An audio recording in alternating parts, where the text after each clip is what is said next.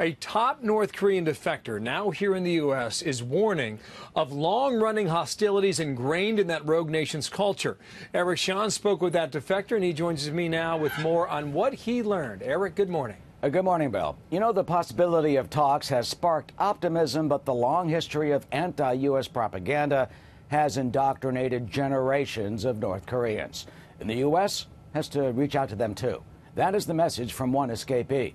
Seung-min Lee looks like any American college student when he walks along the Ivy League walkways of Columbia University here in New York City.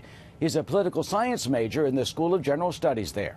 But he savors the freedoms of our nation perhaps more than any of his other classmates. Seung-min Lee is North Korean, and now at 31 years old, he has a new life and fresh perspective on our country.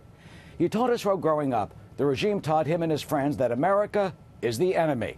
And it turns out that North Koreans, he says, have a one-word derogatory term that they use to characterize us. We never even spoken any word related to American people, but it's American bastards that we understood as one word.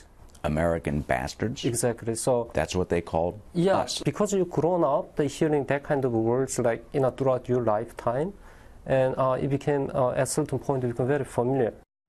This young man says he played a popular childhood game attacking American soldiers, and in war games, North Korea always won. But he says the most powerful weapon in the U.S. arsenal that can be used against the regime is deploying American ideals, especially through Hollywood films. He says the administration should embark on an information campaign, sending in DVDs and USB sticks of American movies, so North Koreans can learn about the world beyond their borders. Some people love watching movies like Titanic, right? It's very popular. Some of my friends has watched it in North Korea. Titanic? Yes. It's unthinkable because if you watch a North Korean movie, 9% is designed for leader. But when I watched that movie, there was no any political message at all.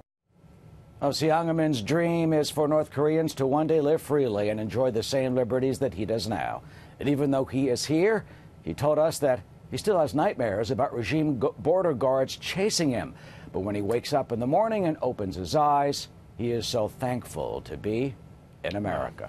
A pretty extraordinary story. Thank you, Eric. Shawn, we'll see how this relationship develops.